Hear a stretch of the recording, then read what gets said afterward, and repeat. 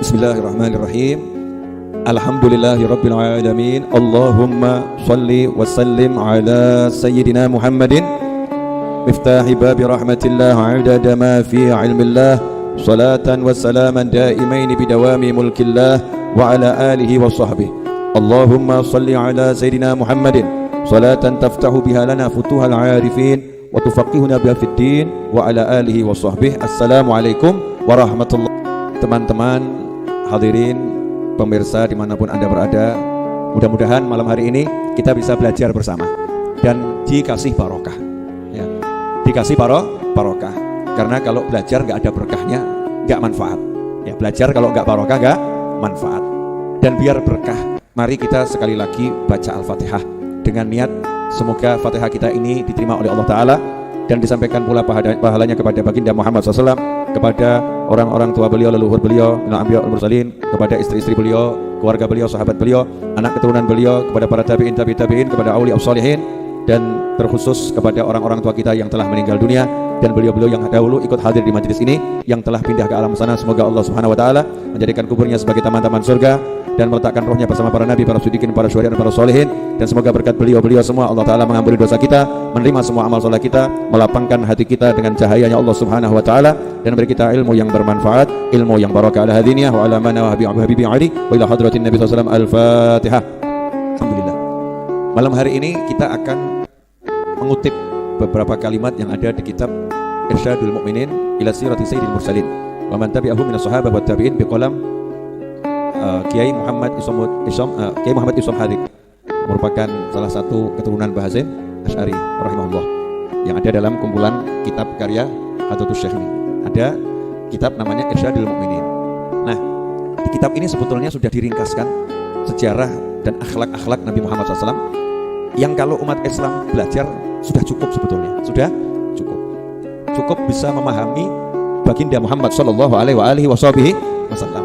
Nah, saya ambilkan beberapa contoh yang akan menjadi bahasan malam hari ini biar barokah ya, biar barokah. Dikatakan di sini ada seorang ahli sastra ya, ahli bahasa, namanya Mustafa Lutfi Al-Manfuluti, itu dari Timur Tengah sana.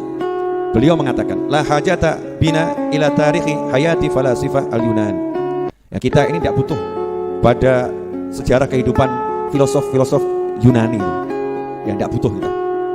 Wa hukama Iruman dan para ahli hikmah Romawi enggak butuh. Wa ulama il-Afrans, ulama Prancis ya, maksudnya pakar-pakar keilmuan Prancis, kita juga tidak butuh. Kenapa? Faladaina fi tarikhina hayatun syarifah mamlu'atun bil jiddi wal amal was sabri wat thabat wal hubbi wal rahmah wal hikmah was siyasah was syaraf al haqiqi wal insaniyatil kamilah wa hiya hayatu nabiyina Muhammadin sallallahu alaihi wasallam wa kafa biha uswah hasanah liman kana yarjullaha wal yawmal akhir. Satu ini akan kita bahas, mudah-mudahan waktunya cukup ya, insyaallah barokah. Ini kalimat indah sekali. Kita itu tidak butuh kepada sejarah hidupnya orang lain. Maksudnya orang lain, kita sebetulnya nggak butuh kepada sejarah hidupnya orang pintar manapun ya, kita nggak butuh. Bukan berarti kita tidak boleh mempelajari, bukan berarti kita tidak boleh mempelajari kehidupan orang lain. Cuman terjadi fenomena yang aneh, sejarah kehidupan tokoh-tokoh filsafat dipelajari. Apa itu? Sokrates apa lagi itu? Plato apa lagi? Napoleon, terserah siapa namanya. Alhamdulillah saya nggak pakai apal dia. Ya, alhamdulillah nggak pakai apal. Katanya ada suatu itu yang jahlun la yadur. Kalau bodoh yang nggak bahaya. Kalau bodoh yang nggak bahaya.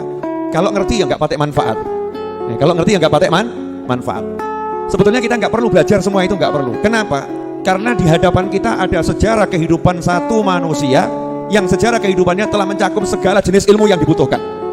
Mau ilmu tentang kesungguhan ada di situ, ilmu tentang cinta ada di situ, ilmu tentang kasih sayang ada di situ, ilmu tentang sabar ada di situ, ilmu tentang apapun ada dalam sejarah kehidupan manusia yang satu ini. Siapa itu? Baginda Muhammad sallallahu alaihi wasallam. Makanya aneh kalau di diri Nabi Muhammad SAW sudah lengkap, justru kita nggak belajar tentang Rasulullah SAW, tapi kita belajar yang lain. Aneh atau nggak aneh? Aneh atau nggak aneh? Contoh, cara sukses ala Bill Gates. Wah, aneh tuh ya. Kamu kok belajar cara sukses ala Bill Gates? Bukan nggak boleh, tapi buat kamu muslim ya nggak pantas toh ya. Muslim tuh belajar cara sukses nomor 1, cara sukses ala Nabi Muhammad Sallallahu alaihi wasallam. Kenapa? Karena yang benar-benar sukses al-haqiqi hanya Nabi Muhammad SAW, bukan yang lain. Saya ngomong begini mungkin yang nonton di dunia maya rada heboh. Nah, karena kebanyakan orang sekarang kan belajar sukses ala Bill Gates, ala siapa lagi itu? Yang punya Facebook? Siapa? Wangele Pol. Nyebut kanjeng Nabi kan gampang, Muhammad SAW, selesai. Gitu kan ya? Nyebut namanya Rasulullah dapat pahala, betul? Nyebut namanya Rasulullah berarti ikut-ikut memuliakan Nabi Muhammad Sallallahu alaihi wasallam. Lah kita ini sibuk nyebut namanya orang lain, yang Bill Gates, yang saya takut salah nyebut gitu loh. Zaman sekarang salah nyebut kan bisa jadi perkara, betul ya? Nanti dianggap merendahkan, melecehkan, macam-macam lah gitu. Nah, ini namanya tokoh-tokoh yang terkenal di dunia saat ini. Terkenal dengan apa? Sugihnya, Masya Allah. Kalau bab sugih, Namrud itu sugih pol. Betul. Nasibnya apa? Fir'aun sugih enggak? Sugih. Pinter enggak? Pinter. Saking pinternya Fir'aun bisa ngakali sak negara, aku Tuhan, keren tuh. Iya, bohongi satu negara, aku Tuhan. Satu negara percaya loh. Itu yang berani nentang cuma satu, Nabi Musa alaihissalam. Dan yang ikut Nabi Musa itu orang-orang lemah, orang-orang susah. Kalau bab masalah sugih, masalah duit, Masya Allah, sebelum kita ini nggak ada apa-apanya tuh. Bill Gates itu kekayaannya berapa toh? Siapa tadi itu? Kekayaannya siapa? Mark Zuckerberg tuh ya. Saya takut salah. Kekayaannya banyak, iya. Tapi nggak ada apa-apanya sama kekayaan Namrud. Namrud aja kuncinya itu dari emas. Yang ngangkat itu orang, Masya Allah, puluhan orang, badannya gede-gede. Itu baru ngangkat kunci untuk gudang emasnya. Nah, seperti apa tuh kekayaannya Namrud? Ya, Korun, kekayaan Korun, maaf, kekayaannya Korun. Seperti apa itu? Kekayaannya Korun. Nah, Korun itu sampai sekarang si Korun, hartanya siapapun yang ketemu di bawah bumi dibilang harta siapa? Hartanya Bill Gates atau Korun? Korun. Gak ada kamu gali bumi ketemu harta, kemudian ini harta Bill Gates, gak ada. Ini harta Mark Zuckerberg, gak ada. Hartanya siapa? Harta Korun. Harta karun Indonesianya. Arabnya harta Korun. Ya, saking sugihnya. Jadi kalau kita bicara sukses itu banyak duit, keliru. Salahnya luar biasa. Sukses bukan duit. Makanya rubah kepalamu, dirubah dulu. Benerkan kepala saya, benerkan kepala Anda, benerkan kepala kita. Sukses bukan duit. Udah selesai. Makanya yang nggak punya duit sukses. Tenang ya, Anda orang-orang sukses. Ya, karena sukses nggak butuh duit. Duit banyak nggak punya cinta, sano.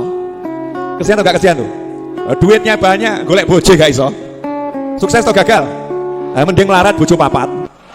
Betul lah ya? Oh, itu namanya sukses. Ibu-ibu kok senyum-senyum kenapa? Mana yang lebih sukses, Bu? Orang kaya nggak punya istri atau orang miskin istri 4? Orang kaya istri 4 tuh, Masya Allah. Ibu-ibu pengen jadi istrinya orang kaya. Bu, ya orang punya duit banyak tapi nggak punya pasangan hidup, sukses gak itu? Yang menurut orang yang punya istri, kamu belum sukses. Betul. Masya Allah, ganteng gak laku. Oh kasihan. Itu kelihatannya yang ngomong kurang ganteng tapi laku itu. Maksudnya dibandingnya ganteng tadi loh ya. Ganteng gak laku, aku aja biasa-biasa tapi laku. Ya sukses. Sukses gak ada urusannya sama duit. Gak ada urusannya sama duit. Punya duit tapi gak bisa ngapa-ngapain buat apa? Rugi toh ya. Ruginya luar biasa. Makanya kamu harus merubah, saya harus merubah, kita harus merubah. Maaf kalau saya pakai kata, makanya kamu biar kelihatan dekat gitu ya. Makanya kamu biar kelihatan dekat. Bukan maksudnya saya menggurui, bukan. Ya, kita harus merubah kata sukses. Jangan mengambil orang lain selain Nabi Muhammad SAW sebagai tolak ukur. Jadi kalau kamu mau mengukur sukses, tolak ukurnya Nabi Muhammad SAW. Sugih, pinter, bojo 100, tapi nggak punya syahadat, nggak sukses. Paham? Pinter tapi nggak kenal Allah, sukses atau nggak sukses? Gagal paham. Oh, pinter saja kok kenal Allah nggak bisa. Yang mending kita toh bodoh kenal Allah. Tuhanmu siapa? Allah, padahal bodoh. Gak lulus SD, sukses itu. Lulus SD, lulus S3, Tuhanmu siapa? Gak ada Tuhan itu. Gagal itu. Gagal total ya. Itu gagal total. Maka tolak ukur kita harus dibenarkan dulu. Tolak ukur dalam kehidupan ini adalah Nabi Muhammad Sallallahu alaihi wasallam. Itu namanya uswatun hasanah. Tolak ukur yang bisa dicontoh. Makanya semakin sesuai cara Nabi, semakin sukses. Semakin tidak sesuai, semakin tidak sukses. Nah kalau kamu udah begitu, nanti kamu bisa bahagia. Saya bisa bahagia, kita bisa bahagia. Nah sekarang tidak, bahagia kita ini tolak ukur kebahagiaannya salah. Boleh saya kasih gambaran yang lebih jelas, boleh. Tapi tidak enak loh ini. Tidak apa-apa ya, tidak apa-apa. Mana yang lebih sukses? Orang naik mobil harga 4 miliar atau orang jalan kaki di pinggir sawah? Bingung jawabnya. Mesti kita menganggap yang naik mobil harga 4 miliar ini sukses. Yang jalan kaki sano, motor gak punya, sepeda gak punya, apalagi mau mobil. Kasihan dia. Jadi kita mengukur dengan ukuran apa ini? Kendaraannya mahal atau murah atau nggak punya kendaraan. Betul, seperti itu. Nah, ketika kita terbiasa mengukur seperti itu, makanya ketika kita nggak punya motor, bahagia atau susah? Susah. Karena tolok ukur kita salah. Kita mengukur bahagia itu dengan parameter yang keliru gitu loh. Parameternya keliru, tolok ukurnya keliru. Coba kalau tolok ukurnya Nabi Muhammad SAW, Masya Allah, jalan kaki. Ya, jalan kaki. Nabi menceritakan dalam Al-Quran, Nabi Musa alaihissalam cari Nabi Khidir, cari guru, gak naik kuda. Nabi Musa cari guru, gak naik mobil harga 4 miliar. Sekarang jenengan cari guru, datang ke Majlis Ar-Raudhah, Masya Allah, naik motor, naik mobil. Betul, ada yang naik pesawat. Serius, terbang dari Jakarta. Ya, terus dari bandara naik mobil, itu naik pesawat. Ada lagi yang naik kereta api, datang dari Bandung, ya naik kereta api, dari Surabaya naik kereta api, dari Yogyakarta naik pramek, murah, meriah, cepat. Betul kan ya? Naik kereta api, naik kendaraan. Nabi Musa alaihissalam jalan kaki. Berarti ketika kita jalan kaki, kita bisa merasa bahagia. Kenapa? Aku mirip Nabi Musa. Keren toh gak keren? Keren, tapi ya jembok niati. Kurang kerjaan. Habib, insya Allah Jumat 22 November Maulid Akbar Majlis Ar-Raudhah. Habib, saya akan mencetak rekor jalan kaki dari Jepara sampai Solo, niru Nabi Musa. Kurang kerjaan. Itu namanya kurang kerjaan, kan? Namanya menyiksa diri. Nabi Musa saat itu memang gak ada kendaraan selain kaki. Menyusuri tepi sungai, tepi pantai, nyusuri tepi pantai, jalan kaki. Tapi seneng. Makanya ketika kita lihat orang jalan kaki, jangan kita katakan dia tidak sukses. Jangan ngomong dia tidak sukses. Ada orang di pinggir jalan nongkrong, nganggur, sukses atau gagal? Mulai rawanin jawab. Ditanya, Mas gak kerja? Enggak. Usia berapa? 50. Kok gak kerja kenapa? Buang-buang waktu. Maksudnya? Lah ngapain saya kerja dari pagi sampai sore cuma dibayar 40.000. Mendingan saya nongkrong di sini, hidup bahagia.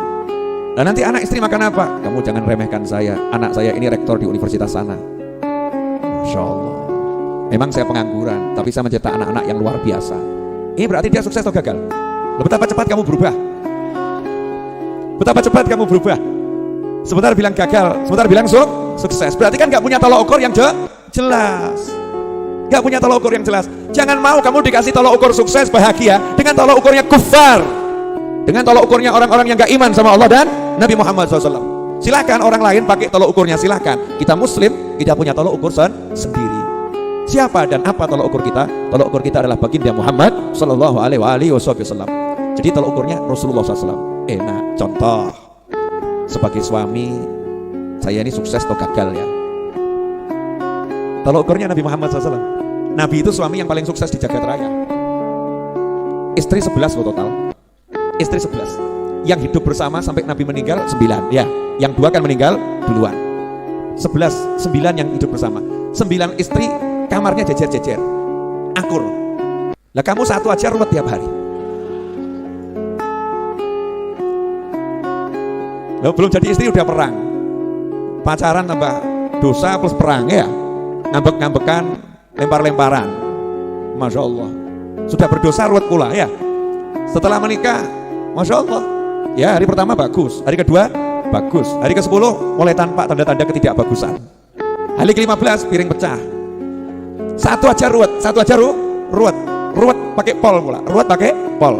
Istri yang nganggap bojoku ruwet, suami yang nganggap bojoku ruwet. Nabi Muhammad SAW 9 loh jejer. Tiap pagi Nabi Muhammad SAW itu habis sholat subuh, habis dzikir, habis wirid, duduk bersama sahabat. Nabi SAW nanya sama sahabat, ada enggak yang meninggal? Saya mau ngelayat kalau ada, mau nyolatkan makamkan. Tidak ada ya Rasulullah. Ada enggak yang sakit? Kalau ada saya mau jenguk. Saya mau jenguk. Tidak ada ya Rasulullah. Udah, ada enggak yang mimpi? Yang mimpi ada enggak semalam mimpi? Kalau ada mau saya jelaskan arti mimpinya. Itu saking Nabi SAW pengen aktif, gak pengen diem gitu. Mau selalu aktif bergerak. Karena diem itu nganggur. Nganggur. Makanya orang dulu tuh gak ada yang diem, gerak terus. Karena mencontoh Nabi Muhammad SAW. Selesai dari situ, pagi itu Nabi SAW kemudian masuk ke kamar istrinya satu demi satu. Satu diparani, diajak ngobrol, salaman, duduk ngobrol sebentar, pindah kamar yang lain, salaman, duduk ngobrol sebentar, pindah kamar yang lain. Ke-9 semua disamperin. Nanti Rasulullah SAW istirahatnya di rumah istrinya yang jatahnya hari itu tinggal bersama Nabi Muhammad SAW. 9 akur. Sukses atau enggak sukses ini? Nah, kalau kamu bilang itu dikasih duit semuanya, semua dikasih duit, ya biasa. Namun istri Nabi itu 9 kamarnya Nabi SAW, istri-istrinya. Rasul ada tamu, coba tanyakan kepada istriku, ada makanan enggak? Sahabat setelah keliling ke 9 kamar istri Nabi Muhammad SAW, balik mengatakan, tidak ada ya Rasulullah. Ada minuman enggak? Tidak ada kecuali air. Masya Allah. Dijak melarat siap. Lah bojomu sepuranipun ingkang kathah. Istrimu gimana kira-kira? Suamimu kadang diajak hidup susah, tambah kemudian ngomong, dulu aku tuh hidup bahagia, kerjaanku bagus. Kenapa ya setelah menikah sama kamu kok aku bangkrut? Kelihatannya kamu tuh membawa nasib buruk bagiku. Kan kurang ajar tuh ya. Ini suami cap apa ini? 9 istri Nabi Muhammad SAW diajak hidup susah, gak ada yang bahas duit. Lah rumah tangga zaman sekarang tuh kok yang dibahas duit. Bahkan ada perjanjian pranikah kebanyakan urusan duit. Betul tak betul? Betul tak betul? Nah, karena tolok ukurnya lain. Tolok ukurnya lain. Sukses jadi suami, contoh Nabi Muhammad SAW. Sukses jadi istri, contoh istri-istri Nabi Muhammad Sallallahu Alaihi Wasallam. Oh, ibu-ibu nggak berani nonton istri Rasulullah, nggak berani. Urawani. Tak jamin urawani. Hahaha. Katanya di samping saya, Bu, 1-0. Memang pertandingan. Bu, berani mencontoh istri Nabi? Jawabannya nyontoh yang mana dulu, Beb, begitu ya? Ya contoh semuanya. Mencontoh itu ya semuanya. Semakin mirip semakin bagus. Istri yang sukses, istri Nabi Muhammad SAW. Suami yang sukses adalah Nabi Muhammad SAW. Ayah yang sukses adalah Rasulullah SAW. Coba lihat nih dari sisi ayah nih. Tolok ukur ayah. Nabi Muhammad SAW dalam satu riwayat yang disebutkan dalam kitab An-Nawadir. Nabi Muhammad SAW main ke rumah putrinya Fatimah Zahra radhiyallahu ta'ala anha. Nabi kalau main ke rumah putrinya itu selalu cium kening putrinya cium kening Nabi Muhammad SAW. Orang tua mana sekarang nih yang ketemu cium-ciuman kening? Sudah menikah, udah punya anak loh nih ya. Udah menikah, udah punya anak, ketemu masih kecup kening. Yang satu juga mengecup kening. Mesra ini anak sama orang tua. Kemudian Nabi nanya kepada Fatimah Zahra radhiyallahu ta'ala anha, mana Hasan dan Husain? Mana buah hatiku?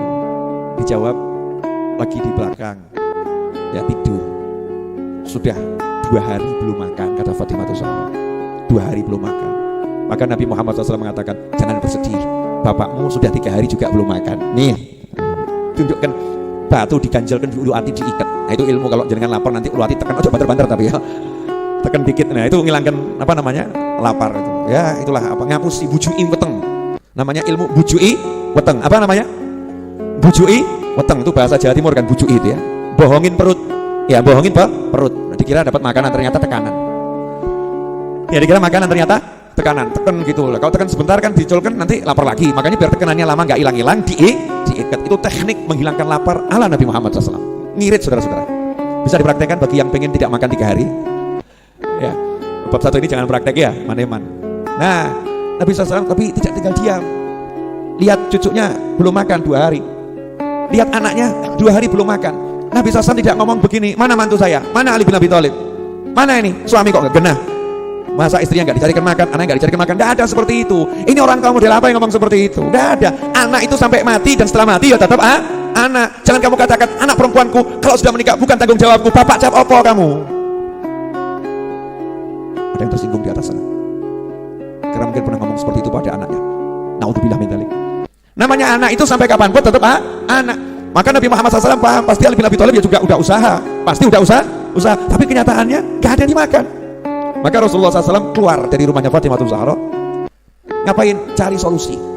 Loh Nabi itu kalau tinggal ngerangkeh itu ya dari surga ya dapat. Cuman kalau gitu kamu bisa nyontoh, gak esok terus gaya ngerangkeh, tambah ketok khurafat kamu. Ustadz kenapa begini? Ngambil makanan dari surga, niru Nabi, ngawur kamu. Beda makom. Makanya Nabi gak mencontohkan yang seperti itu. Nabi SAW segera pergi jalan keluar dari Madinah, dari tapal batas kota Madinah, ya masih wilayah Madinah tapi tidak dalam kota. Lihat ada satu orang di kebunnya lagi nimba air. Nah orang dulu tuh kalau nimba bukan pakai ember, tapi kulit sapi, besarnya sesapi, dan itu pakai seni sambil nyanyi biasanya. Terus nanti pas mak jebur, biur, itu musiknya itu musiknya. Nabi SAW kemudian nanya, bisa saya kerja nimba air? Oh Nabi itu, masya Allah, dikatakan di sini Rasulullah SAW itu paling benci sama orang yang nggak mau kerja, bukan nggak punya pekerjaan ya, nggak mau kerja, nggak mau usaha gitu. Makanya dari kecil Nabi SAW udah menggembala kambing bil ujroh, menggembala kambing dengan dibayar. Baca kitab ini, dijelaskan bil ujroh, bayar jadi karyawan tapi teken kontrak ya, teken kontrak. Nih saya menggembala sekian jam, upahnya berapa ya, keren. Makanya ketika Nabi SAW sudah tua, tahu keluarganya itu butuh, Nabi SAW kembali bekerja. Ngomong sama yang punya perkebunan tadi yang nimba air, gimana kalau saya timbakan air ya, kalau harganya cocok oke gitu. Ya udah, sekali timba 3 butir kurma kalau saya nggak salah. Saya karena buka kitabnya lagi, nanti baca di kitab An-Nawadir ya. 3 butir kurma deal. Maka Nabi SAW timba yang pertama langsung terima gaji kontan, dimakan dulu. Ini syariat. Makan dulu maksudnya apa? Nah, kamu nggak makan 3 hari, ini mau nimba banyak, carikan buat anak, buat cucu ya. Kamu kalau nggak kuat nanti hasilnya nggak banyak, kamu harus kuat. Dan ini berlaku juga dalam penerbangan. Di penerbangan itu kalau terjadi hampa udara, itu suruh ngambil pertolongan nafas. Yang mana? Yang dewasa nolong dirinya sendiri dulu, baru nolong anak kecil. Jangan kualik, kamu kuat dulu baru nolong orang lain. Kalau kamu lemah kok nolong orang lain, tambah mati bareng. Tireng kata orang Jawa ya. Akhirnya mati bareng tuh, bareng-bareng mati semua, nggak ada manfaatnya. Makan 3 butir. Seger Nabi SAW. Ini syariat, Rasul itu kan contoh ya. Maka ya ngajari, nimba lagi sampai sekian kali timba, lah talinya putus. Marah itu juragannya, itu majikannya marah, ngangkat tangan. Nabi Muhammad SAW ditempeleng, plah. Selesai udah kontrak, plah. Nabi SAW ditempeleng yuk nyantai, nggak kemudian terus ngejak geletah, ajak main kasar pakmu, nggak begitu. Nabi SAW kemudian upahnya tadi kan kontan ya, sekali dikumpulkan, terus Nabi bertanggung jawab. Tangannya dijulurkan ke mana? Ke arah sumur. Lah kok airnya naik? Lah saya ngamplung ya bingung. Kok iso ya? Airnya naik. Terus Rasul ngambilkan timbanya tadi yang dari kulit ya unta atau sapi tadi, dikembalikan ini. Terus pergi, terima kasih. Pergi Rasulullah SAW pulang ke rumah Fatimah. Nih Fatimah makan, nih Hasan Husain makan. Oh senang kumpul sama cucunya sama anaknya, masya Allah. Bayang awakmu kayak dulu. Lah kamu ini pulang kerja bawa duit, gak pernah duduk kumpul ngomong sama. Nah ini hasil kerja bapak, ayo makan bareng nih, ayo kita GoFood, GrabFood, bareng-bareng gitu ya, ayo pesen apa, bareng-bareng, bapak baru dapat duit, ayo kan nikmat, iki ora cetok, nyoh PN tinggal lungo. Jadi istri itu seperti orang bayaran, nyoh PN, gitu bu, kok modus senyap kenapa ini? Betul begitu, bu, betul begitu. Nah, satu cukup mewakili karena suaranya cukup keras mengalahkan yang lain. Pemirsa dimanapun berada ya, jamaah channel YouTube dan juga Syiar TV dimanapun berada, alhamdulillah Nabi SAW pulang, anaknya dikasih makan, cucunya dikasih makan, ya seneng lihat cucunya makan itu kurma, beberapa butir kurma, seger, barokah ya, barokah. Lah kita nasi 3 piring nggak warak kok ya. 1 jam kemudian sudah lapar, setengah jam kemudian sudah lapar. Kamu barusan makan 3 piring, iya, tapi sekarang lapar lagi, masya Allah. Gak barokah, cepat lapar, tidak barokah. Subhanallah. Nah yang nempeleng tadi terus sadar, dia belum Islam, bukan orang Islam, gak ngerti kalau ini Nabi Muhammad SAW. Jangan-jangan ini Nabi yang dibilang itu ya. Nah, kalau ini Nabi yang dibilang itu berarti saya manusia paling celaka ini. Ini tangan saya, ini tangan yang kurang ajar ini. Loh ini orang kafir, paham kurang ajar loh. Orang kafir takut kualat, aneh tuh ya. Lah yang Muslim kok gak takut kualat sama Nabi ya? Yang Muslim kok gak takut kualat sama Rasulullah SAW? Mencaci maki anak cucu Rasulullah, mencaci maki sahabat Rasulullah, mencaci umatnya Nabi Muhammad SAW. Kira-kira nabinya tersinggung gak itu? Oh gak takut ya? Gak takut. Yang kafir nih takut. Langsung ambil pedang, tangan kanannya dipotong. Tangan kanan kamu gak layak hidup sama aku. Kalau kamu hidup sama aku nanti aku kualat nih sama lamanya. Pedang. Oh, coba tiru. Beda makom, ini adegan berbahaya. Jangan ditiru ya, jangan ditiru. Gak boleh niru yang begitu-begitu. Ya namanya dipedot, diamputasi sendiri. Ya otomatis darah mengucur dengan deras ya. Maka dia lemes, hampir mati kehabisan darah, tapi dia puas, wes lega. Lewatlah musafir, kebetulan itu sahabat Nabi Muhammad SAW. Lihat kok seperti itu. Akhirnya ditanya ada apa? Ini tadi begini-begini. Oh iya itu kelihatannya Nabi Muhammad SAW. Udah, kamu tak ajak ke rumahnya. Diajak ke rumahnya Rasulullah SAW. Dicari tahu Rasulullah di rumahnya Fatimah Zahra. Maka ketuk pintu, assalamualaikum, waalaikumsalam. Ya Rasulullah, ini tadi yang ngupah kamu nimba, terus nempeleng kamu karena nggak tahu kamu Nabi SAW. Ya, tolong ya Rasulullah, bantu dia sudah mutuskan tangannya dengan pedang, bantu tolong disembuhkan tangannya. Maka Nabi SAW nanya, mana tangannya yang putus tadi? Bawa sini. Sama Rasul ditempelkan, ditutupi kain, kayak sulap gitu ya, ditutupi kain. Setelah ditutupi kain, sama Rasul cuma diusap atasnya, dibuka, utuh, lebih bagus dari yang kiri. Kamu jangan coba-coba. Tuh, Kanjeng Nabi tolong sambung, ya pedot terus mati awakmu. Mujizat itu munculnya sewaktu nggak bisa direkayasa. Langsung syahadat, orang tadi syahadat, masuk Islam, ya masuk Islam. Cerita ini hanya ada di kitab An-Nawadir. Kamu jangan nanya Habib, apa ya bener? Ceritanya sahih apa enggak? Enggak sahih. Lawang Star Trek aja kamu enggak sahih, jelas enggak sahih. Rekayasa awakmu seneng kok tonton kok. Betul tak betul? Sinetron kena itu cerita bohong direkayasa tiap hari kamu lihat kok ya. Betul tak betul? Kamu ambil pelajaran dari sinetron, bahkan sinetron yang enggak jelas, kamu ambil pelajaran. Star Trek, Star Wars, kamu ambil pelajaran. Ini ilmunya ulama dan ini tentang kebesaran Nabi Muhammad SAW, dan itu tidak ada yang mustahil buat Nabi Muhammad SAW dengan izin Allah Subhanahu wa Ta'ala. Wong Nabi Isa aja menghidupkan yang mati biiznillah, itu kelasnya Nabi Isa. Rasulullah di atas Nabi Isa alaihissalam, tanpa kita merendahkan Nabi Isa. Mestinya kita ya seneng. Di kitab An-Nawadir, namanya juga An-Nawadir. An-Nawadir itu zamannya nadir. Nadir itu apa? Hal-hal yang hampir-hampir tidak pernah ditemukan di tempat lain. Longko, ya langka. Saya rahimakumullah. Lihat nih Nabi Muhammad SAW sebagai ayah bertanggung jawab, gak pernah membiarkan keluarganya hidup susah. Bukan hidup miskin loh ya. Miskin itu biasa, kaya itu biasa. Miskin itu bukan ukuran tidak sukses, kaya bukan ukuran sukses. Tapi kalau susah itu gak sukses. Kamu miskin tapi harus bahagia, kamu kaya harus bahagia. Dalam segala keadaan kita harus bahagia. Nabi SAW tidak mau keluarganya susah, gak mau susah. Maka beliau berupaya, gimana ini caranya saya menjadi ayah yang bertanggung jawab. Sampai di sini jelas? Jadi tolok ukur kita selama ini benar apa salah dalam hidup? Jujur loh, salah. Makanya hidupnya banyak ruwet atau banyak ruwet ya, karena ukurannya salah. Jadi hidupnya ruwet. Coba kalau tolok ukurnya Nabi Muhammad SAW. Temenmu nanya, punya duit? Tidak. Loh, kamu bahagia? Kamu cuma duit. Masa duit buat saya Muhammad? Itu bukan murid Habib Novel. Muhammad kok bab duit? Betapa rendahnya diriku, bisa dibuat pusing sama duit. Biar duit yang pusing sama aku. Kok bisa? Nyatanya aku nggak punya duit. Ya aku nggak pusing, ya duitnya yang pusing. Kenapa dia nggak pusing? Sementara yang lain pusing. Nah ketika kita udah cuek sama duit, maka duitnya akan mengejar kita. Ini ilmu saudara-saudara. Kemarin udah saya jelaskan toh? Belum? Nah saya jelaskan di mana ya? Saya tiap hari keliling soalnya. Jadi ya lupa. Belum saya jelaskan di sini. Cara menggait duit belum? Masa sih? Belum? Oke. Belajar dari ibu-ibu yang cantik. Gini loh, Bu. Biasanya perempuan kalau cantik jual mahal atau jual murah? Jual mahal, betul? Biasanya mengejar atau minta dikejar? Ini yang ngomong ibu-ibu loh ya, bukan kalian ya.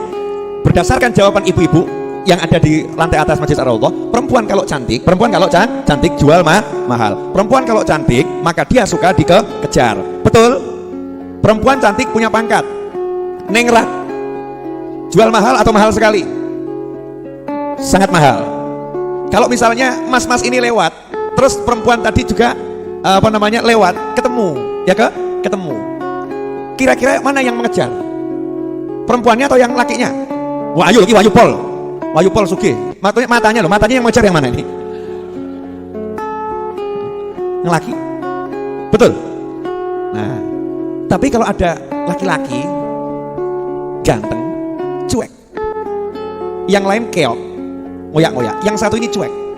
Perempuan yang jual mahal tadi akhirnya ngelirik atau gak ngelirik? Penasaran atau gak penasaran? Noleh atau gak noleh? Ngejar atau gak ngejar? Jadi yang dikejar akhirnya siapa? Pria tampan yang cuek. Betul? Nah kenapa kamu susah cari duit? Karena kamu ngejar-ngejar duit. Baru sadar? Karena kamu ngejar-ngejar duit. Duitnya kamu kejar. Duit. Duitnya ibarat perempuan tuh ngibaskan jariknya atau ngibaskan roknya. Ikuti aku. Wah gaya Muhammad. Oyak rono luput. Sementara para ulama, kiai, habaib santai. Ngapa duit ya? Ben oyak aku. Masya Allah duitnya bingung. Iki menungso apa iki? Yang lain ngejar-ngejar aku. Kenapa dia cuek? Akhirnya duitnya mulai menawarkan diri. Wah, ngirimi satu persatu duitnya nih, godaan-godaannya. Tetap cuek. Bahkan sak gembel seperti yang lagi ditangkap sama KPK suruh mengembalikan uangnya itu ya, 477 miliar. Duitnya 477 juta berapa angkanya? Coba dicek di Google, saya takut salah. Terus pokoknya hampir 500 miliar itu kan ya. Wakah itu duit kabeh kertas itu. Wakah itu. Misalnya itu ditaruh depannya Kiai sama Habib, itu gak ditoleh. Kertas. Coba awakmu, duit. Betul. Duit, uang. Nah karena diri kita nih mengejar duit, duitnya lari. Kamu ngejar ceweknya lari, bahkan gilo. Seperti gilo. Ceweknya gilo, welek ngoyak-ngoyak gilo. Nah kalau ada yang ganteng duduk manis, ceweknya bingung. Aku kok ditoleh? Akhirnya berusaha mendekat. Habib Novel ya. Iya. Ngomong contoh. Saya kalau kasih contoh yang lain kan keliru gitu ya. Mosok misalnya saya ngasih contoh Habib saya dicedai cewek kan ya keliru gitu. Saya bisa dimarahin orang banyak, betul ya? No, bab elek-elek ben awakku dhewe, paham? Kalau yang bagus-bagus contohnya orang lain. Kalau bab jelek-jelek biar saya. Habib novel ya? Iya, sok meneng wae. Habib boleh minta fotonya? Oh, silakan. Coba. Makasih, Habib. Iya. Penasaran? Nah, sing liyane tak njaluk fotoku, sing liyane njaluk nomorku. Iki Habib kok meneng wae ya? Kok meneng wae ya? Akhirnya tambah dia ngajak teman-teman yang lain. Belum pernah aku lihat pria tidak mengejar diriku. Coba kalau kamu deketi dia, kamu kira-kira bisa enggak menggodanya? Oh, Masya Allah. 1, 10, 20, 100. Jangan dia tergoda. Tapi ya gengsi gitu kan ya? Ya gengsi. Masa Habib tergoda gitu kan ya? Masa Habib tergoda? Oh, jaim, jagai image. Ini cuma contoh, contoh. Karena kita ini kalau kasih contoh ayat-ayat Quran gak paham. Gak nyantol, ayat gak nyantol. Oh, tak ruwet kayak ayat, gak nyantol. Dalil-dalil, makanya kiai-kiai dulu tuh kan gak ada yang ngasih dalil ayat-ayat, gak ada. Dalilnya kan dikira kayak tawon, kan gitu aja. Dikira kayak tawon. Tawon tuh gimana? Dikira kayak tawon, gak mandek-mandek. Kayak gitu. Dikira kayak tawon. Baru nanti dijabarkan dalilnya. Lawang anak play group kok minta tafsir kan yo. Saya ngajari goblok. Maaf ya. Mohon maaf. Ini coba kamu pakai kepalamu yang rodok waras ya. Saya pakai kepala saya rodok waras. Kita lihat di TV ada guru ya ngajari anak playgroup tafsir. Anak-anakku tercinta, di dalam tafsir Jalalain disebutkan begini. Dalam tafsir Ibnu Katsir disebutkan begini. Dalam tafsir Qurtubi disebutkan begini. Kamu yang nonton nganggap guru ini pinter atau stres? Pinter atau stres? Nanya, pinter atau stres? Lah kamu saya menurut para kiai para habaib tempo dulu kasih playgroup, makanya gak dikai tafsir dalil, paham? Nah kalau yang dulu aja dianggap playgroup, apalagi yang sekarang? Apalagi yang sekarang mubazir menyampaikan ayat-ayat hadis-hadis kepada bukan ahlinya, itu tafsir waktu, buang-buang waktu. Makanya Nabi SAW ketika datang Badui, wah ini balik. Sebentar, datang Badui nanti aja itu, nanti belok. Ingatkan saya ya, datang Badui. Nabi ketika datang Badui, oke selesai. Kata kunci ya, Nabi didatangi Badui. Ingatkan saya loh. Orang balik lali aku. Kita lanjutkan tadi. Jadi cewek, kalau kamu kejar lari, jual mahal, betul? Laki-laki ganteng, kamu sebagai perempuan ngejar, dia juga gengsi, jual mahal. Tapi kalau kamu biasa-biasa saja, dia penasaran. Begitulah dunia mempermainkan manusia. Begitulah duit mempermainkan manusia. Begitu manusianya cuek, duitnya aku cukup. Paham gak? Jujur atau jujur? Kenapa kamu ruwet cari duit? Mesti urusannya kuwi. Gak cuek sama duit. Gak cuek. Saya itu belajar cuek sama duit sejak kecil. Belajar. Sampai sekarang belajar terus. Terus. Makanya saya kalau naruh uang itu semau-mau saya. Geletak no kono, geletak no gini. Cuek sama duit. Cuek, geletakkan sana, geletakkan sini. Sampai suatu saat saya gak punya duit. Loh ini mau cerita boleh gak nih? Oh coba guyon sih. Gak punya duit. Sabtu mau gajian tukang, gak punya duit. Bener-bener bisa dikatakan nol. Gak punya duit. Biasa Kang Wahid laporan, Bid, gajian tukang hari ini 25 juta. Siap. Sore Wahid? Iya. Padahal jam 2 lagi. Gak ada duit. Nah, subhanallah itu hati saya tuh ngasih tahu. Yang ngasih tahu. Nyari barang tertentu yang saya cari, flash disk atau apa gitu ya. Saya cari di tas koper ransel saya. Saya cari di ransel saya. Oh, biasanya flash disk saya bawa keluar kota. Di ransel saya cari. Begitu saya cari kok ada kresek.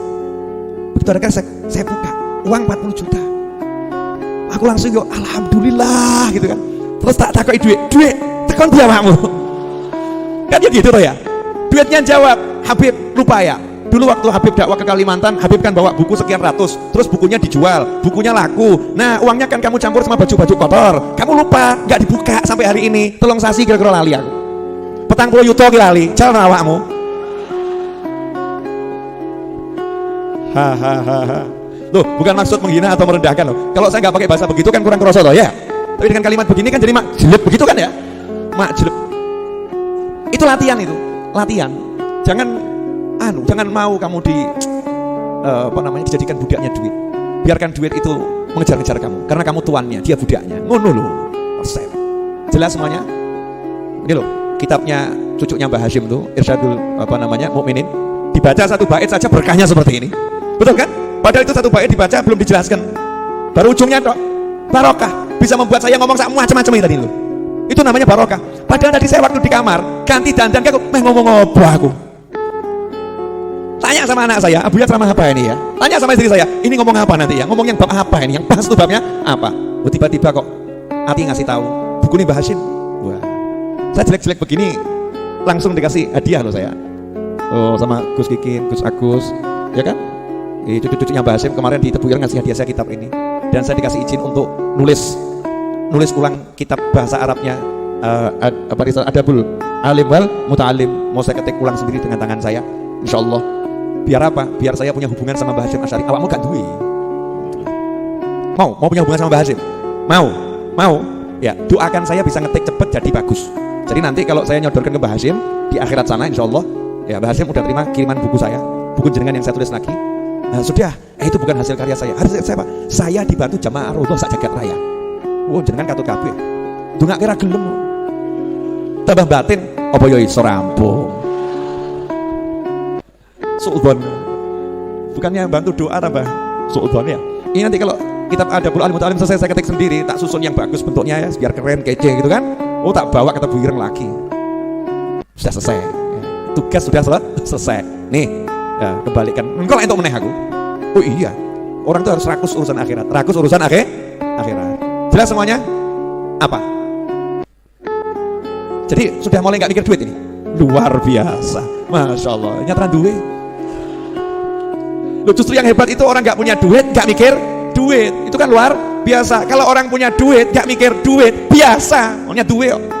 Dia punya, kalau nggak mikir ya nggak jadi masalah. Kalau nggak punya, kalau nggak mikir, itu luar biasa. Wah, generasi muda Ar-Raudhah. Lapar nggak? Kalau lapar praktek, tekan. Tadi kan teori, sekarang praktek. Ganjil sih, ya lumayan tuh. 1 menit kan bisa 10 menit ya kan, 10 kali lipat minimal. Nah, makanya Nabi SAW ketika didatangi Badui, orang dusun yang awam Islam, Muslim tapi awam Islam, datang ketika Nabi SAW ceramah, mata sa'ah, ya Rasulullah, kapan kiamat? Ya Nabi tidak menjelaskan seperti ke malaikat Jibril alaihissalam. Paham? Ketika malaikat Jibril yang nanya, mata sa'ah, kapan kiamat tiba? Malaikat Jibril yang nanya, malaikat pinter, soleh, alim, cerdas, malaikat. Dan gak nanggung-nanggung, jenderalnya malaikat, pimpinannya semua malaikat. Kapan kiamat ya Rasulullah? Nabi juga jawabannya diplomatik. Ya diplomasi, pinter Nabi jawabnya. Mas'ul ahabi alam nasail, yang ditanya gak lebih tahu dari yang bertanya. Jawabannya begitu. Tapi tak kasih tahu ya ciri-cirinya kiamat kalau udah mau tiba. Disebutkan, mau tahu? Baca buku terbaru saya, Telaah Hikmah 40 Hadits Arba'in Nawawiyah. Ada di situ. Udah saya jelaskan panjang dan lebar. Modal 100.000 beli di sini, 120.000 termasuk ongkos kirim Pulau Jawa seluruhnya. Madura itu bukan Pulau Jawa loh ya, iling loh ya. Nah, terus 170.000 untuk luar Pulau Jawa. Udah saya bahas di situ, lengkap detail. Jangan tanya lagi di sini. Nah, di sini cuma saya mau jelaskan pokoknya saja. Boleh lah ya? Nah, ketika malaikat Jibril yang nanya, Rasul menjelaskan detail ciri-ciri kiamat kalau mau tiba begini. Malaikat Jibril. Sahabat yang nanya, sahabat yang biasa ngaji dengan Nabi SAW, ya dijelaskan ciri-ciri kiamat mau tiba begini. Gandeng sing takok, orang awam dari pegunungan, Gunung Batu, datang nanya kapan kiamat, nanyanya sama teriak. Rasul nggak jawab, justru Rasul balik nanya, lah kamu punya persiapan apa? Siap apa kamu? Saya sholat gak banyak. Nekat gak ini? Nantang loh, takut kiamatnya kapan? Kan mestinya kan seperti orang udah siap gitu ya. Ditanya, lah kamu punya persiapan apa? Dereng siap. Sholat ya belum beres, puasa belum beres. Lah kamu punya apa? Ya walaupun gak beres begini, saya cinta Allah dan Rasulnya. Muhammad SAW. Jawaban Nabi, anta ma'aman ahbabta. Kamu bersama yang kamu cintai. Selesai. Kasus ditutup. Selesai. Berarti urusannya apa? Nanya kiamat justru dapat Nabi. Karena kalau orang ini diterangkan detail, justru nggak dapat Nabi. Paham ya? Justru nggak dapat Nabi. Dapatnya cuma pasal-pasal ayat-ayat tentang ciri-ciri kiamat. Nah, kiai-kiai dulu, Habib dulu paham. Kalau kita nanya, Yai, apa dalilnya tahlilan? Yai, apa dalilnya maulud? Tambah gak tahlilan, tambah gak maulud. Ngapain? Sibuk bahas dalil. Paham nggak? Makanya gak usah ruwet ya. Orang yang mati pitung dino tahlil no. Petang puluh dino tahlil no. Gitu kan ya? Pokoknya semakin banyak ya semakin bagus. Bendino mbok tahlilno luwe apik tahlilno. Yai kenapa la ilaha illallah jenenge tahlilan kok ya aneh wae. Udah selesai. Gak dibahas panjang lebar. Ketika yang nanya itu Habib Novel lain. Yai, dalilnya tahlilan apa Yai? Masya Allah. Jawabannya Yai sama Habib simple. Salat jenazah Habib. Sholat jenazah pripun? Sholat jenazah itu sholat namanya sholat yang tidak sholat. Maksudnya sholat gak sholat? Sholat kok gak pakai rukuk, gak pakai sujud, ngadeg donga. Itu cuma doa. Sholat tapi cuma berdoa, gak pakai rukuk, gak pakai sujud. Ini sholat tidak boleh dipraktekkan untuk yang lain. Misal kok jenengan ketemu orang sakit, saya tak praktek ya sholat orang sakit ben cepet mati. Sing loro di sholat ya Allahu Akbar nih, coba praktek no. Jangan dipraktekkan begitu. Ternyata ini khusus buat orang yang udah mati, orang yang sudah meninggal dunia. Baik jenazahnya di hadapan atau sudah dikubur. Kalau jenazahnya jauh namanya sholat gaib, tapi sama aturannya 4 takbir. Lah apa yang dibaca? Ternyata surat Al-Fatihah. Kemudian sholawat. Kemudian yang dibaca adalah apalagi doa, mendoakan mayit. Nah itu yang dipakai dalil tahlilan. Tahlilan itu apa? Ya mesti isinya Al-Fatihah, Yasin, yaitu Al-Quran. Kemudian isinya sholawat. Itu bagian dari zikir. Dilanjut sholawat dan zikir-zikir yang lain, tasbih, tahlil, yang diperbanyak kalimat tahlil. Kenapa? Afdhalul dzikri fa'lam annahu la ilaha illallah. Kemudian setelah itu ujung-ujungnya baru mendoakan yang meninggal dunia dan mendoakan yang masih hidup. Betul nggak? Sholat jenazah begitu kan? Nah ya, sholat jenazah dibawa dalam kehidupan, itulah tahlilan. Beb, sepanjang saya belajar kok gak pernah ketemu dalil yang seperti ini. Lah kamu gak ketemu kiai, kamu ketemunya buku, ketemunya artikel, ketemunya share-sharean. Beda bro, lain. Kalau ketemu kiai ada 1000 dalil, ada 1000 dalil untuk tahlilan. Ikhwani rahimakumullah, alhamdulillah. Jelas gak apa yang diajarkan malam hari ini? Bukan yang saya ajarkan ya, apa yang diajarkan malam hari ini. Artinya kita semua lagi belajar dari Allah Subhanahu wa Ta'ala. Allah mengajarkan kepada kita ke dalam hati kita masing-masing. Saya dapat pelajaran lewat berbicara, saya dapat pelajaran, engkau dapat pelajaran lewat mendengar. Tapi kita semua dapat pelajaran di dalam hati. Mudah-mudahan barokah, amin. Nah, garis bawah ya. Satu, gak usah cari contoh yang lain. Walaupun orangnya bisa mabur, bisa kemana-mana, bisa nembus tembok ditembus ya. Gak usah kamu urus. Belajar saja dari Nabi Muhammad SAW. Selesai. Belajar dari Rasulullah SAW. Contoh Rasulullah SAW. Tolak ukur bahagia gak bahagia, Nabi Muhammad SAW. Tolak ukur sukses gak sukses, Nabi Muhammad SAW. Tolak ukur apapun, Nabi Muhammad SAW. Selesai. Hidup kita akan nikmat. Yang kedua, urusan duit. Kenapa banyak orang susah cari duit? Karena dia masih mau cari. Terus maksudnya gimana? Ya kamu kerja tapi gak usah cari duit. Kerja, jangan cari duit. Nikmati pekerjaanmu. Sampai duitnya yang bingung sama kamu.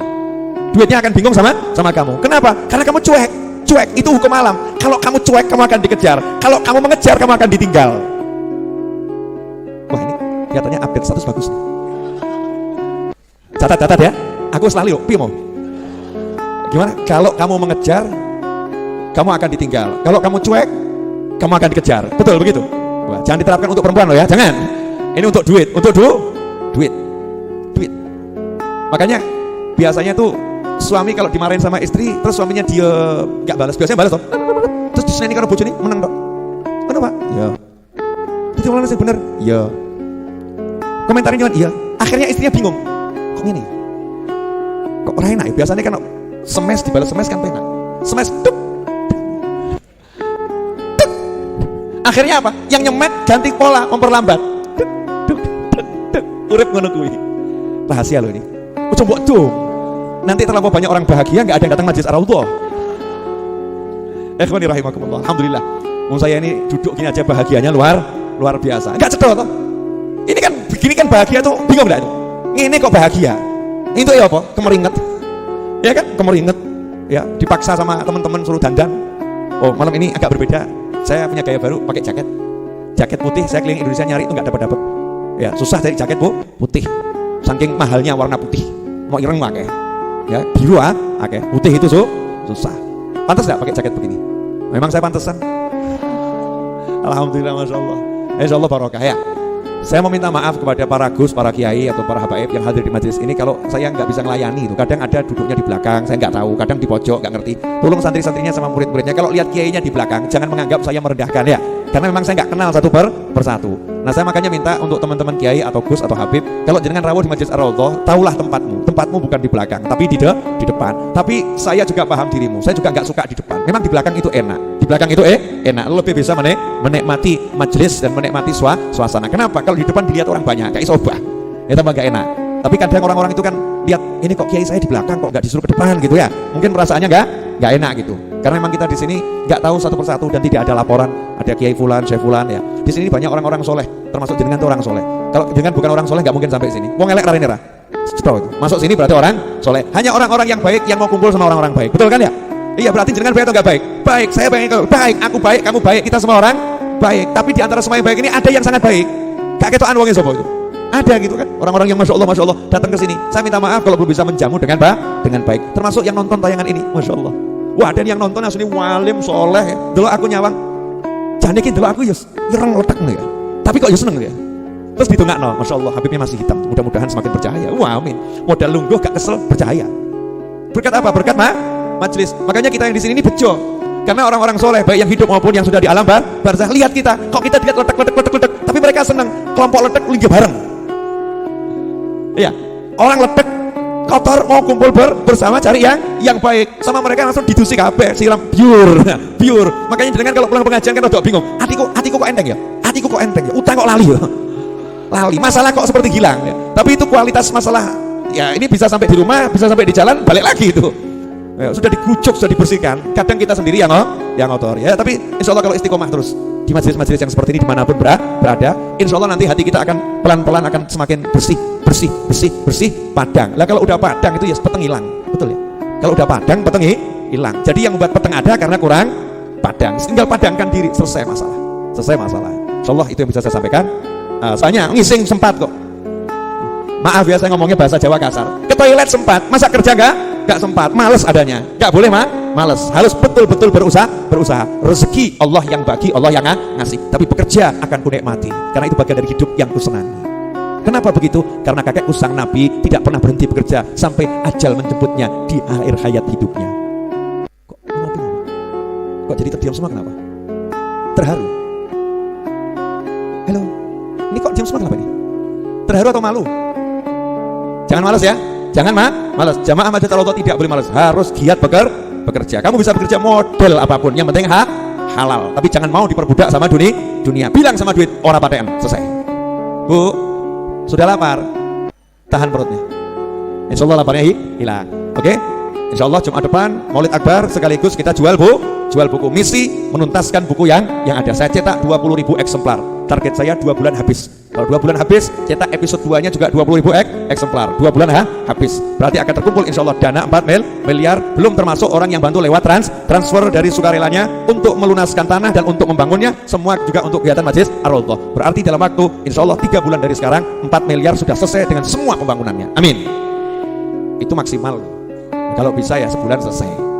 Niat bayar utang begitu. Kalau bisa 1 hari selesai. Kalau bisa detik ini juga selesai. Begitu cara kalau pengen hutangmu dilunaskan. Jangan tunda.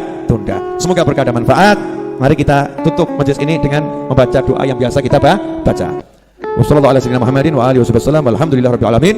Jamaah Ar-Raudhah dimanapun berada dan pemirsa Syiar TV dimanapun berada, terima kasih telah bergabung bersama kami.